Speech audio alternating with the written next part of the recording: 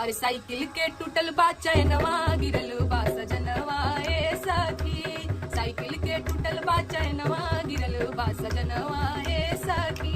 गिरल बा सजनवा गिरल बा सजनवा गिरल बा सजनवा गिरल बा सजनवा। हिल घावा हिल ठेहुनवा गिरल बा सजनवा ए सखी। साइकिल के टूटल बा चैनवा गिरल बा सजनवा ए सखी।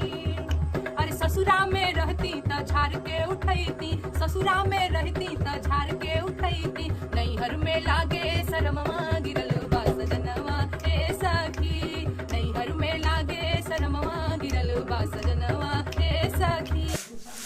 हेलो दोस्तों, नमस्कार। मैं पिंटू आर्यन, आपका भाई, और आप देख रहे हैं जोश बिहार। जी हाँ दोस्तों, मैं बता दूं कि जोश बिहार में मैं लगातार नेहा सिंह राठौर और मोदी सरकार के जो झगड़े हैं लगातार मैं लेकर आ रहा हूं। हालांकि मैं बता दूं कि जोश बिहार में हमेशा गरीब मजदूर और युवाओं के लिए बात होती है, और नेहा सिंह राठौर हमेशा गरीब मजदूर और युवाओं के लिए बात लेकर आती है और अच्छे अच्छे वीडियो के साथ बताती है। दोस्तों, मैं बता दूं कि नेहा सिंह राठौर एक ऐसा पहल की है जो गरीब मजदूर और युवाओं को हक के लिए हमेशा सरकार से लड़ाइयाँ लड़ती है।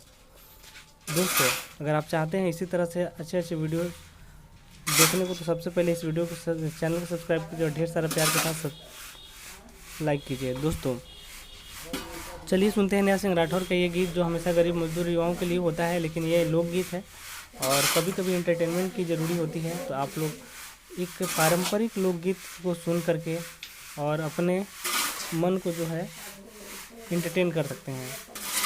दोस्तों, इसी तरह का वीडियो हमेशा देखने के लिए आप सबसे पहले नेहा सिंह राठौर और हमारे चैनल जोश बिहार को सब्सक्राइब कीजिए, ताकि अच्छे अच्छे वीडियो आपको देखने को मिले। अच्छे अच्छे वीडियो के लिए जोश बिहार सबसे नंबर 1 पे अभी चल रहा है। नेहा सिंह राठौर को सपोर्ट मिलता है इस चैनल से, और नेहा सिंह राठौर हमेशा जोश बिहार पे आने के लिए रेडी होती हैं।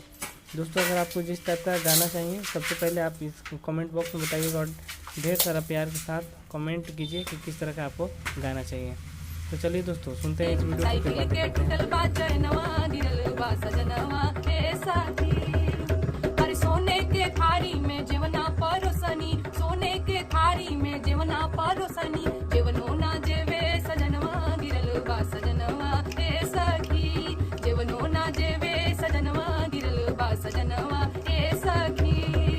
अरे ससुरा में रहती त पिया के मनैती, ससुरा में रहती त पिया के मनैती। नैहर में लागे शरमवा गिरल बा सजनवा ए सखी। नैहर में लागे शरमवा गिरल बा सजनवा ए सखी। साइकिल के टूटल बा चैनवा गिरल बा सजनवा ए सखी।